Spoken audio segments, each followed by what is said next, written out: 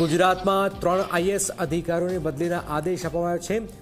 Surat municipal commissioner એમ નાગરાજનની બદલી કરી દેવાઈ છે। એમ નાગરાજન સમગ્ર શિક્ષા પ્રોજેક્ટ ડિરેક્ટર તરીકે નિયુક્ત થયા છે। સુરત કલેક્ટર તેજસ પરમારને મનપા કમિશનર વધારાનો હવાલો સોંપવામાં આવ્યો છે। આઈએએસ રંજીત કુમારની જીઈઆરસીના સચિવ તરીકે નિયુક્તિ પણ કરવામાં આવેલી છે। 3 આઈએએસ અધિકારીઓ ने आ बदलीना आदेश शीतल जुड़ा। शीतल, आ बदली शा माटे थई छे, शुं जाणकारी? जी ચોક્કસ જેના કેવું કહી શકાય કે સુરત કમિશનરની બદલી એમ નાગરાજનની બદલી જ સૌથી કેન્દ્ર સ્થાને છે, કારણ કે સુરતમાં જે પ્રકારે ડેમ્યુલેશન થયું હતું અને ત્યાર પછી હાઈકોર્ટ દ્વારા પણ સરકારને ફટકાર લગાવવામાં આવી હતી।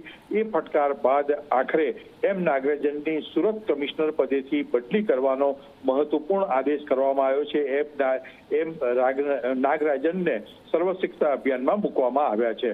સ્વાભાવિક છે કે એમની સાથે 2 બદલીઓ પણ કરવામાં આવી છે અને 2 બદલીઓ એટલે એકમાં સુરત કમિશનરનો જે ચાર્જ છે એ ચાર્જ કલેક્ટર જે તેજસ પરમાર તેમને સોંપવામાં આવ્યો છે, જ્યારે આ ઉપરાંત રંજીત કુમાર જે ગુજરાત વિદ્યુત નિયમન પંચના સચિવ તરીકે નિમણૂક કરાઈ છે। પણ ચોક્કસ એવું કહી શકાય કે સૌથી વિવાદિત ઘટનાક્રમ જે બન્યો હતો સુરતમાં, એમાં નાગરાજન નું નામ સૌથી મહત્વની ચર્ચા હતું। આખરે તેઓની બદલી કરવાનો સરકારે નિર્ણય લીધો છે। બિલકુલ, ખૂબ જ મહત્વપૂર્ણ જાણકારી હિતલ આપી રહ્યા છે। ગાંધીનગરથી 3 આઈએએસ અધિકારીની બદલીના આદેશ આપવામાં આવેલા છે।